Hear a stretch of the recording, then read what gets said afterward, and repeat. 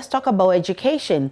This afternoon, the West African Examination Council is rejecting suggestions that breaking their monopoly in the conduct of examination would bring to a halt the annual examination paper leakages. It comes as education policy think tank Africa Education Watch accuses the examination body of being complicit in the leakage of exam papers. The think tank says their investigations reveal WAEC officials aided the leakage of the 2021 WASI papers days before the exams, but at a conference tailored to address the issues captured in EduWatch WASI monitoring report, Head of Public Affairs at WAEC, Agnes Tekujo, insists the council has rolled out measures to deal with the recurring exams papers leakage. We'll hear from her shortly, but first, let's hear Executive Director of Africa Education Watch, Kofi Asare, explaining why WAEC is complicit in the leakage of exams papers. The questions are not leaking from the schools. Okay. What is happening in the schools is that some schools have WhatsApp platforms where immediately the question packs are opened, teachers on standby solve the questions, put them on WhatsApp platforms, and students have their phones inside and they are copying. Oh, wow. Okay. In the exams hall. Oh, yeah. Okay. Yeah. And in WAEC's report on the 15th September, I will give it to WAEC. They admitted that they have seen that. Okay. That is what WAEC, in their own words, called institutionalized cheating, involving everyone involved, including the WAEC officer. Okay. But if you want to diagnose the issue of examination questions leakage, and you listen to that rendition, you will be tempted to believe that by curbing that menace at the examination hall level, you will solve the problem. But you won't solve the problem because the questions are leaking days before the actual paper, and not minutes before the actual paper. Okay. So that particular chapter is a defensive one just to escape blame. But we are not interested in escaping blame or apportioning blame. We are interested in finding out where questions are leaking. Okay. On the basis that if you don't understand where the questions are leaking from, you cannot profess solutions, operational, administrative, policy solutions to the issue. You'll be doing a wrongful diagnosis of the situation. That is why we are saying that per this research we conducted in 2020 WASI, questions are not leaking from the schools. They are leaking at a time that questions are fully in the custody of WAEC at the examination depots. But our conversation with the people running most of these platforms, these WhatsApp platforms and Telegram platforms, suggest that they have been getting their questions from the printing houses. And these printing houses are printing houses run by WAEC. But WAEC disagrees with this assertion. Listen to Agnes Tekujo, who is Head of Public Affairs at WAEC. The EduWatch report speaks about some papers that he purports to have leaked. And we wish to state that the reports claim that a total of 11 papers leaked during the examination. First of all, the term leaked or leakage, as applied to examinations conducted by the council, is a question of law and facts. Now to some specifics. 1. Foods and Nutrition Paper 3. This is one of the papers that EduWatch claimed leaked. And for those of you who were here when we had our first update, we addressed the issue of Foods and Nutrition Paper 3 and have done so on several occasions. And we find it baffling that Mr. Kofi Asare continues to refer to this paper as having leaked, when he was the very person that forwarded the fake paper to us. One wonders why Mr. Kofi Asare would send false information when he had the actual. 2. English Language 2 and Mathematics Elective 2.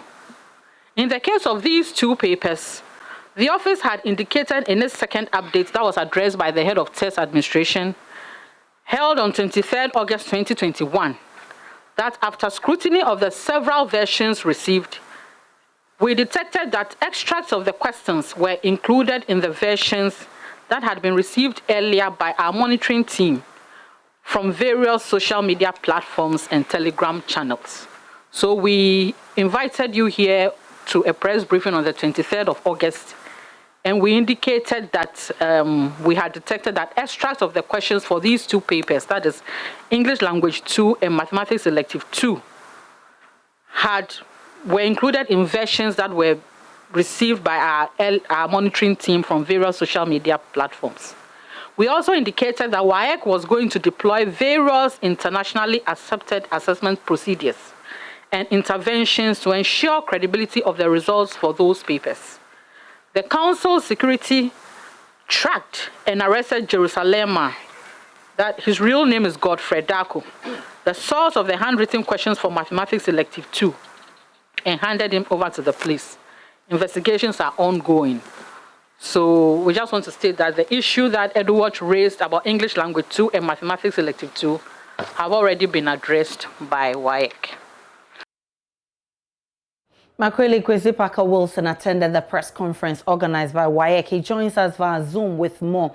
Now, Parker Edu Watch accused WAEC directly of being complicit in the leakages. What was their response to that, Parker?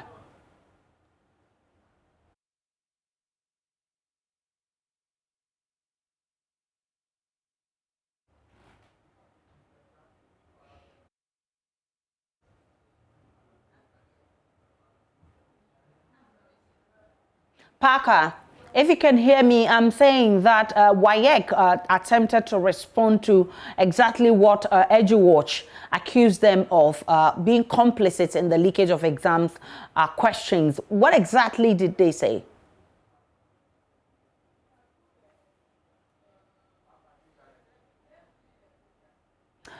All right, so we'll try and get Parker back to give us more on that press conference. But thankfully, the Executive Director of Africa Education Watch, Kofi Asare, has joined us via Zoom. Ms. Asare, I'm grateful for your time this afternoon. Now, WAEC is casting doubt on your report, insisting 3 schools captured in your survey did not register for the 2021 exams. What happened? Well, good afternoon to your cherished audience. I want to indicate that if you read our methodology, we indicated that we selected the schools purposely. And one of the reasons was that the purposive selection was based on a history or tip-offs we received from last year's WAEC, and then our ability to enter the schools. So in the case of Insania, yes, they were in our sample frame. After the sampling and then the first reconnaissance visit, we got to know that the school had collapsed after the COVID. And then it was replaced with, I think it was a PAM. It was replaced with a PAM. And then in the case of the other one they mentioned, Beposo Muslim in Secretary Central, the school's name repeated twice. It came first as Beposo Muslim School, and then it came second as Ghana Muslim. Ghana Muslim Seniors, the same school. It came twice in the appendix of the reports. Okay, but the original school we monitored was Chufupraso, so it was a typo. It was a repetition of one school's name twice, but in different forms. First at Beposo Muslim Senior High, and second Ghana Muslim Senior High, the same school. So this is in the appendix. There are 2 issues in the appendix that we saw. In the case of KCAM, we indicated in our report that we also realized that NAPTEX leaked, and that social studies and English for NAPTEX was leaked in schools. I mean, on social media platforms. We're able to confirm that because we're monitoring from a school, obviously, a school that was writing NAPTEX. And KCAM Technical is a school that wrote NAPTEX. KCAM Technical is located in the Lemele district, and KCAM Technical wrote NAPTEX. So if they find KCAM Technical there, they may not know that we made findings relating to NAPTEX in our reports, social studies, and then English. Now, they mentioned 3 schools that were not registered, yet you captured in your exams. I think you've clarified just 2 of that. No, I started with Insania. Okay. And then I said that Insania, when we were selecting our sample frame, Insania was part of it because we had tip-offs from last year's monitoring that there was something going on. So we added Insania. So when we did the sampling, they fell in the sample. Okay. But when we did our reconnaissance visit to Insania, the school had collapsed after COVID. Okay. It had collapsed. And the students there were writing examination in a nearby school. So we decided if I think, can you hear me? Yes. Go ahead. So replaced with Palm Senior High School. So, but the reason why you are seeing Insania there is because when we did the sampling, Insania was part. But when we did the reconnaissance visit, we realized that Insania had collapsed post-COVID. So we replaced Insania with a PAM.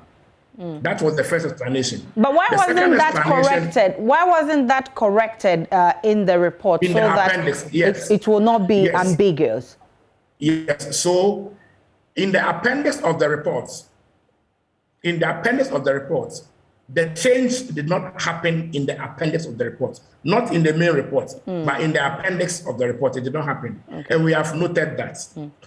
The second one is the Beposo Muslim Senior High School. Okay.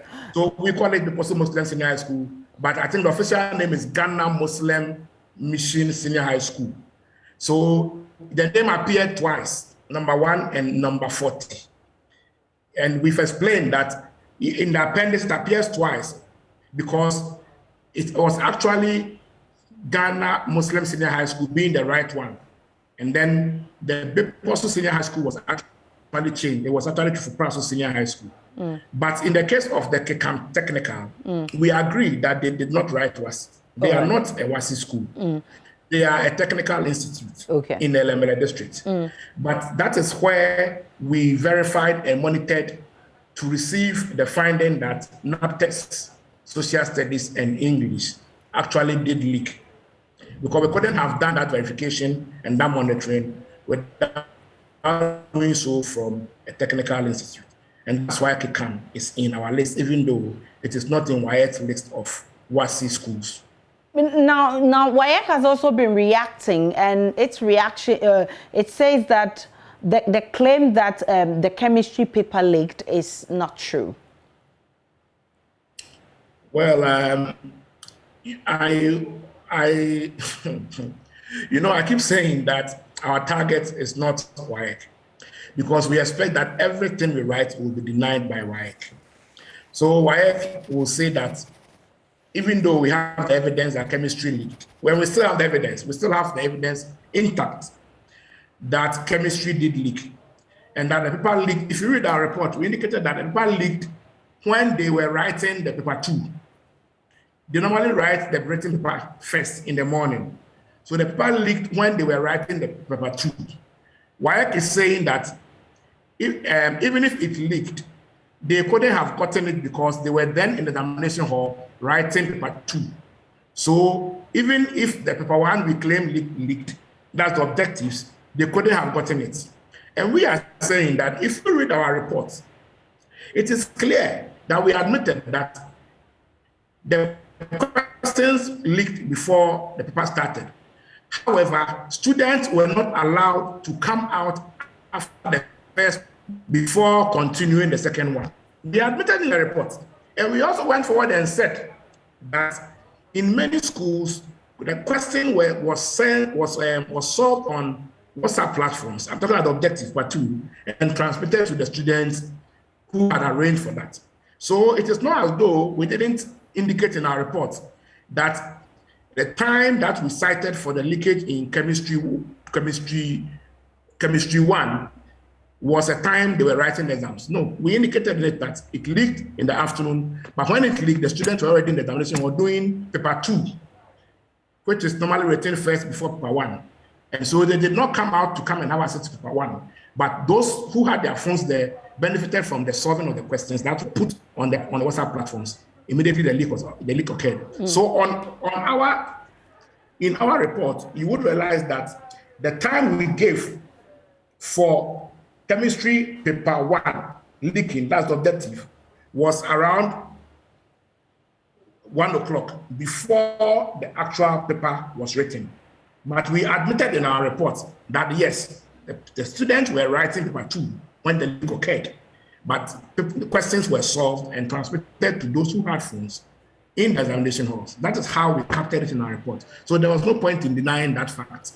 But if WAEC is, I don't want to be disputing WAEC on matters of it leaked, it didn't leak. As I said yesterday, if WAEC has issues with the technical aspect of the proposal of the research, we are happy to discuss and respond, like I've just done.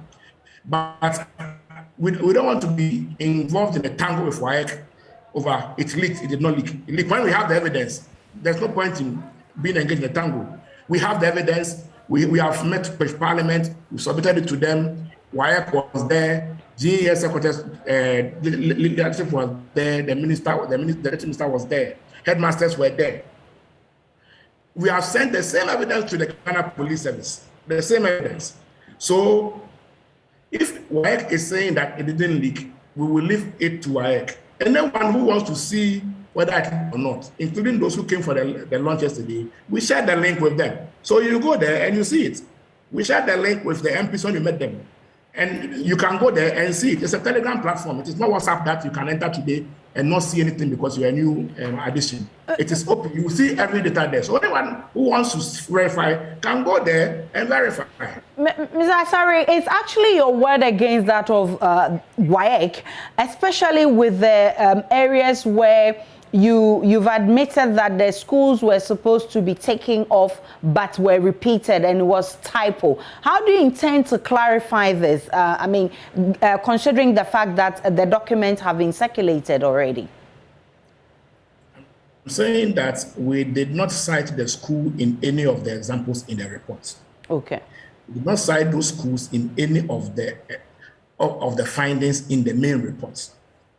But it is in the appendix that the mix-up occurred. Which is still part of the report. I have already admitted that the appendix is part of the report. Okay. So, I've explained why those schools were replaced already. So, the point is that in publishing the final, the mass copies, we are going to take note of that. But the point I want to make is that we don't want to have a discussion about whether there was a leakage or not. That discussion is not to be had because we were monitoring examination malpractices in schools, and we were monitoring leakages on social media platforms, i.e. WhatsApp and Telegram. The evidence that there was a leak is from Telegram. It is not from the schools. Okay. We were monitoring leakage from Telegram platforms and monitoring examination malpractices from schools.